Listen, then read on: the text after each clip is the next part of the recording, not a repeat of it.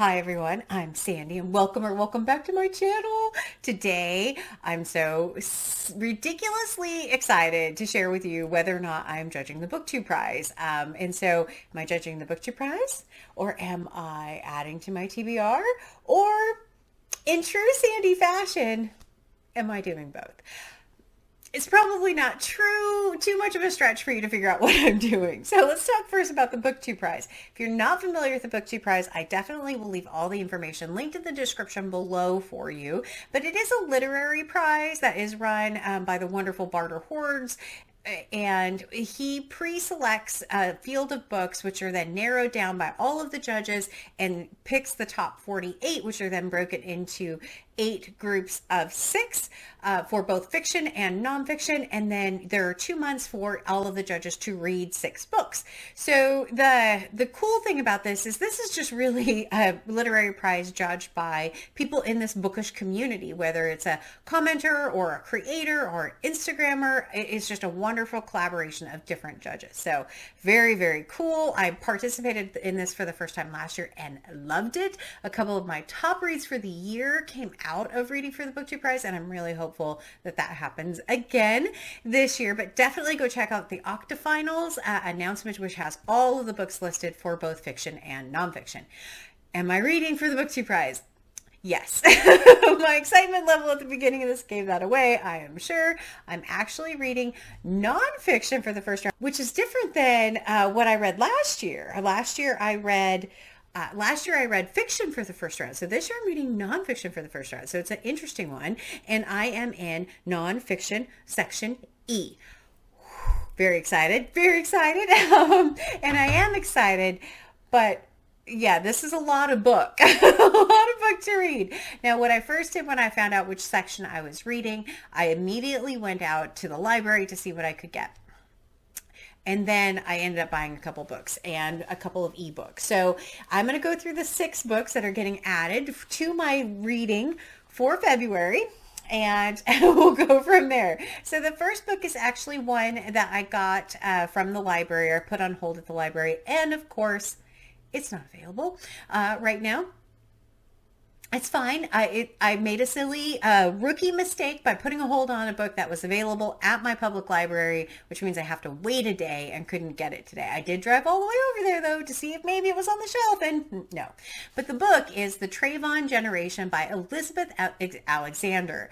I'm familiar with this particular event. I will go ahead and read the blurb for this particular one. So it says, in the midst of civil unrest in the summer of 2020 and following the murders of George Floyd, Breonna Taylor, and Ahmaud Arbery, Elizabeth Alexander, one of the great literary voices of our time, turned a mother's eye to her sons and students' generation and wrote a celebrated and moving reflection on the challenges facing young Black America. Originally published in The New Yorker, the essay incisively and lovingly observed the experiences, attitudes, and cultural obsessions of what she referred to as the Trayvon generation, who even as children could not be shielded from the brutality that has affected the lives of so many Black people.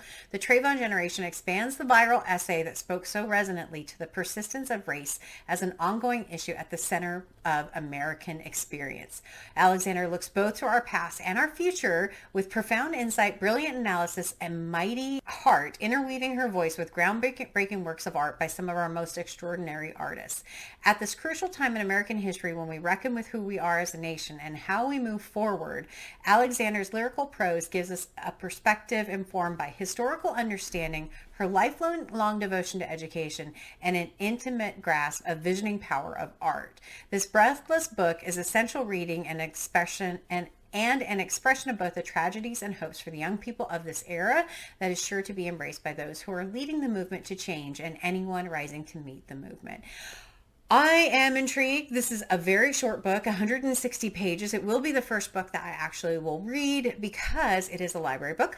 So I want to make sure I get it out of the way as quickly as possible because I can get it back in and so someone else could potentially check it out. But that is my first book. My second book is also a library book, but I was able to get it as an ebook, and that is Thin Places, and it says A Natural History of Healing and Home by Carrie Nee Dokhtar. Oh my goodness. I have no idea how to say this last name, so I will research that for the next time I talk about this book. But Thin Places is the next book, and this book says Mary was born in Derry, on the border of the north and south of Ireland at the very height of the Troubles. She was brought up on a council estate on the wrong side of town, although for her family and many others, there was no right side. One parent was Catholic, the other was Protestant. In the space of 1 year, they were forced out of two homes. When she was 11, a homemade bomb was thrown through her bedroom window. Wow. Terror was in the very fabric of the city, and for families like Carrie, the ones who fell between the cracks of identity, it seemed there was no escape. Wow, that's amazing. That one sounds really interesting. I'm intrigued. That one's going to be my second book that I read because, again, it is also a library book. So the next two books I ended up I bought as ebooks because they were less expensive and I could get them right away. And the first one is Super Infinite: The Transformations of John Donne. So this one is by Catherine Rundell, and this particular book feels very spacey, but I don't think that's what this is about. It says, sometimes religious outsider and social disaster, sometimes celebrity preacher and establishment darling, John Donne was incapable of being just one thing. He was a scholar of law, a sea adventurer, a priest, a member of parliament, and perhaps the greatest love poet in the history of the English language. That's a bold statement. He converted from Catholicism to Protestantism, was imprisoned for marrying a 16-year-old girl without her father's consent, struggled to feed a family of 10 children, and was often ill and in pain. He was a man who suffered from surges of misery, yet expressed in his verse many breathtaking impressions of electric joy and love. Wow, okay. It says, in Super Infinite, Catherine Rundell embarks on a fleet-footed act of evangelism, showing us the many sides of Donne's extraordinary life, his obsession, his blazing words, and his tempestuous Elizabethan times, unveiling Donne as the most remarkable mind and as a lesson in living. That's quite the blurb for that particular book, isn't it? My goodness. And then the next one I have that I got as an ebook is actually Did You Hear Mammy Died by Seamus O'Reilly. I do not know anything about Seamus O'Reilly. This is a memoir. I don't read a ton of memoirs. This one just says Seamus O'Reilly's mother died when he was 5, leaving him and his 10 brothers and sisters and their beloved father in their sprawling bungalow in rural Derry. It was in the 1990s. The Troubles were a background rumble, but Seamus was more preoccupied with dinosaurs and Star Wars and the actual location of heaven than the political climate. This is a book about a family of loud, argumentative, musical, sarcastic, grief-stricken siblings shepherded into adulthood by a man whose foibles and reticence were matched only by his love for his children and his determination that they would flourish. I am definitely intrigued. I don't want to say I'm not. So the fifth book that I have, I was able to pick up at Barnes & Noble at my local when it was in stock, and that is Eating to Extinction: The World's Rarest Foods and Why We Need to Save Them by Dan Saladino. And this one, over the past several decades, globalization has homogenized what we eat and done so ruthlessly. In Eating to Extinction, the distinguished BBC food journalist Dan Saladino travels the world to experience and document our most at-risk foods before it's too late. From an indigenous American chef refining pre-colonial recipes to farmers tending Geechee red peas on the sea islands of Georgia, the individuals profiled in Eating to Extinction are essential guides to treasured foods the rest of us have forgotten about, or didn't know existed. So yeah, really interesting. I like the cover here. It goes from very bold to very faded. I was trying to decide if the cover was damaged, but I don't think so. I think that's just a play on Eating to Extinction. So yeah, that is the fifth one. And then we have The Problem Child. One, not a topic I would read a lot about, but my sixth book is the longest book. And oh, look at this. G-Man by Beverly Gage, J. Edgar Hoover and the Making of the American Century. J. Edgar Hoover, from what I know of him, was the head of the FBI for a very large number of years. And so this, I'm guessing, is we remember him as, so the blurb says, we remember him as a bulldog, squat frame, bulging wide-set eyes, fearsome jowls. But in 1924, when he became director of the FBI, he had been the trim, dazzling wonderkind of the administrative state, buzzing with big ideas and reform. J. Edgar Hoover transformed a failing law enforcement backwater riddled with scandal into a modern machine. He believed the federal government could do great things for the nation, but that some people, many of them communists or racial minorities or both, did not deserve to be included in in that American project. So I think it'll be interesting, but that's a big book. So J. Edgar Hoover, I will be learning all about G-Man and all about J. Edgar Hoover as part of the first round. So that's what I have that I'm reading for the BookTube Prize. But I am succumbing to temptation, and it's all Ollie over at Criminally's fault. I have had a very stressful week at work this week and a lot of just emotional turmoil with some things that happen I don't really want to go into, but it's been difficult.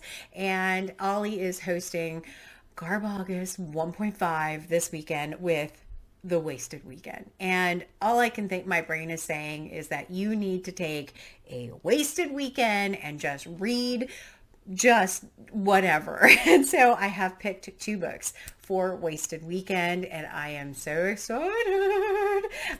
So the first one, oh man, the first one is Manhunt by Gretchen Felker Martin. And this book I got as this book I learned about through Kevy over at Say Kevy, but I believe Ollie has also talked about this book. And this cover, okay, gives you a clue what the book is about. And then this says, the end of the world is nuts, again. And then the back of this says, Beth and Fran spend their days traveling the ravaged New England coast, hunting feral men and harvesting their organs in a gruesome effort to ensure that they'll never face the same fate. Robbie lives by his gun and one hard-learned motto: other people aren't safe. After a brutal accident entwines the 3 of them, this found family of survivors must navigate murderous turfs, a sociopathic billionaire bunker brat, and awkward relationship dynamics. Great. All while outrunning packs of feral men and their own demons. Can you guess what organ they're harvesting? I'm just saying. It's pretty, yeah. Oh man. And then when you open it, it gets worse. It's just like, I mean, yeah. So I will be trying to read this one in the wasted weekend, but I have a second book that I want to try and read in the wasted weekend. And this one is a romance that's been sitting on my shelf for a while. I don't remember which channel had mentioned it, but I was like, you know what? I'm gonna do it this weekend. Romance is typically brain candy for me and ones that I love to just to check out and read. And the one I have is Mr. Wrong Number by Lynn Painter. And it says one wrong number might just lead to Mr. Right. I am not a huge fan of these cartoony, sweet looking covers. I've been fooled by these before. Some I loved, like Kiss Quotient. For whatever reason, I loved it. Spicy, spicy, spicy, but I loved it. And then Love on the Brain, not so much. So yeah, don't know. I read a part of this earlier and I'm a little worried. So the first thing it says is bad luck has always followed Olivia Marshall. Or maybe she's just the screw up from her, maybe she's just the screw up her family believes she is. But when a "what are you wearing" text from a random number turns into the hottest, most entertaining, albeit anonymous relationship of her life, she thinks things might be on the upswing. Colin Beck has always considered Olivia his best friend's annoying little sister. But when she moves in with him after one of her worst friends of luck, he realizes she's become an altogether different and sexier distraction. He's sure he can keep his distance until the moment he discovers she's the irresistible Miss Style he's been sort of sexting for weeks and now has to decide whether to turn up the heat or ghost her before things get messy. I mean, wasted weekend, I'm on board. Let's do it. All right. So the other thing that's contributing to my TBR is because of Sarah over at Freshly Read Books. I was watching her video today about her spin and realized I did not participate in the TBR Tackle Spins last year. And yeah, I felt like I was missing out, that fear of missing out thing. And I had asked Sarah, can I join late? And I believe she said, just pick 11 books and do that with the 11 books and start basically in February. So of course I went and picked 11 books. I picked books that are actually part of the BookTube prize for the most part, with a couple of other exceptions in here. And I have 2 books that are repeats of my new authors new to me, because I'm like, I'm going to double dip if I can with this. So I am committing to reading 11 more books in 2023. No, only 9, because 2 of these are repeats. All right, so the first book I have is The Hate You Give by Angie Thompson. I'm not going to go into these in a lot of detail or any detail. These are just the ones I selected. I'll go into more detail when they're selected for the month. And then we have All This Could Be Different by Sarah Thankum Matthews. This one is definitely part of the BookTube prize octafinal group, as is this one, which is Night of the Living Res by Morgan Talty. This is a collection of short stories. I do know that, and it is in the BookTube prize octafinals. Then I have an older book, a little bit older, not that much older, which is The Lost Apothecary by Sarah Penner. I know Sarah Penner has a newer book coming out, I believe in 2023, and I really do want to get to this one. So that's the next one. And then I have a book that is a pretty new release, which is Hester by Lori Lico Albanese. I know that this is based loosely on the Scarlet Letter and Hester Prynne. Which is the name Hester, even though the main character in this one is not named Hester. All right, and then we have The Candy House by Jennifer Egan. This one is on the BookTube prize list and has been one that I bought really wanting to read this year, so I'm glad I'm putting this one. And the next book I have is Sea of Tranquility by Emily St. John Mandel. I believe it was Susan at Road Reads that said that I need to read this right away. I could be wrong on the channel, but Sea of Tranquility, also part of the BookTube prize. I think all these next ones are part of the BookTube prize, actually. No, that's not true. One is not. I have Demon Copperhead by Barbara Kingsolver. Oh, why not add a big chunky book on there? I believe that is a David Copperfield retelling and one of AJ Dunn's favorite books of 2022. So I have a good book. I have good books coming. I have How High We Go in the Dark by Segoya Nagamatsu. This was part of the BookTube, not BookTube, Barnes & Noble Discover Prize books that I have bought. So this one is also in the BookTube prize. And then this is the 2 repeats. I have Horse by Geraldine Brooks, which is on my new to me authors. And I decided to add A Gentleman in Moscow by Amor Towles. So those are the 11. Now the BookTube, not BookTube, the spin, the TBR Tackle Spin, I can't remember what it's called, but I will leave it linked in the description below for you, as well as the Book Bullies channel, because they are both hosting this. And Sarah, I said that the spin this time is to pick the book that has the lowest rating on Goodreads or Storygraph. So I did add these all to a shelf in my books today. I have not looked to see which book I'm reading yet, though.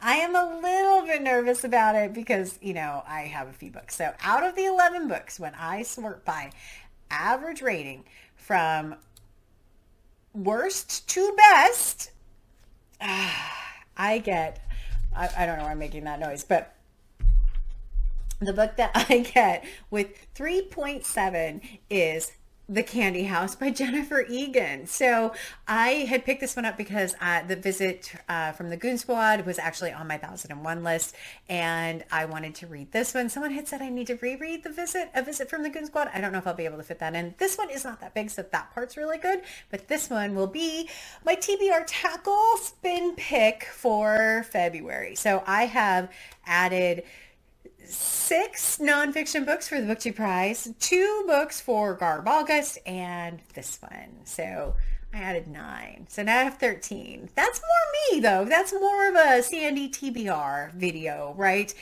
14 books. I don't even have a place to put this book because I have books everywhere now. Yep. Yeah, that's a lot, right?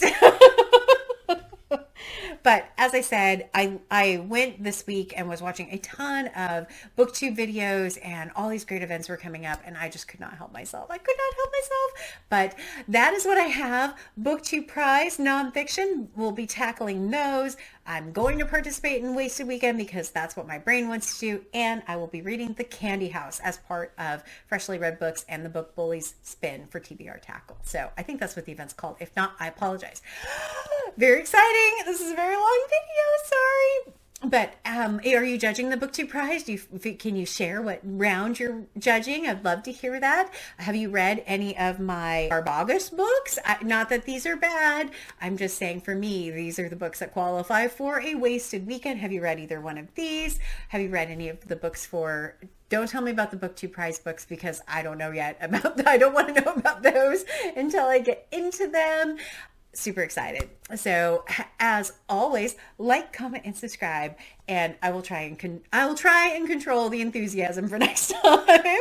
Until next time, thanks everyone. Bye.